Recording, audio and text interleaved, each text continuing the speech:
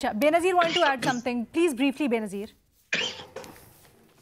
अलीना, मेरे ख्याल से मैं थोड़ा सा सम अप करना चाहूंगी। जो सब बात कर रहे हैं, मेरे ख्याल से सब एक ही बात कर रहे हैं कि इस वक्त ऐसी कोई कारकर्दगी नहीं नजर आ रही मुस्लिम लीग नून की ऑन द ग्राउंड जिससे आप कहें कि हाँ उनकी मकबूलियत में वाकई में इस वजह से इजाफा हुआ होगा।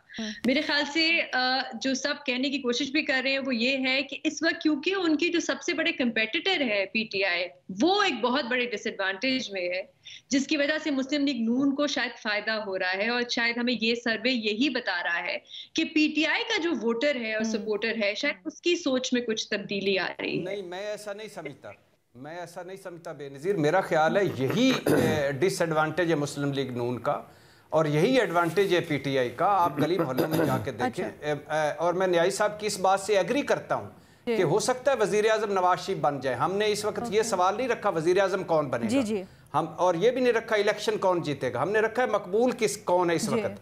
मकबूलियत में नवाज शरीफ इमरान खान के पास को भी नहीं है। मुस्लिम लीग नून लेकिन मसला है ना सर, वो सर्वे के नंबर्स उसको सपोर्ट नहीं कर रहे हैं। एजाज कंक्लूडिंग छोटा सा अलेना, इसमें ना हम एक फैक्टर जो है ना उसको बिल्कुल इग्नोर कर रहे हैं। पहली बात तो ये कि गैलप वाले जो सर्वे करते हैं वो साइंसी बुनियादों के ऊपर सर्वे होता है।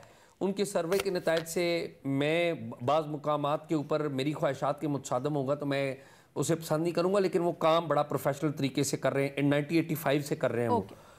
एक बात तो ये। दूसरी बात ये कि एक चीज़ जिसको हम इग्नोर कर रहे हैं वो है साइलेंट मेजॉरिटी।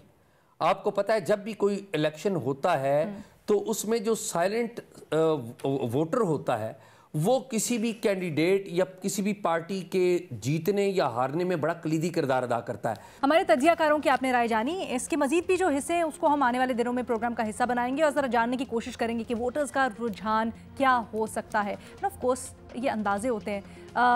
आज के लिए इतना ही, इजाज़त दें, अल्लाह हाफ़िज़।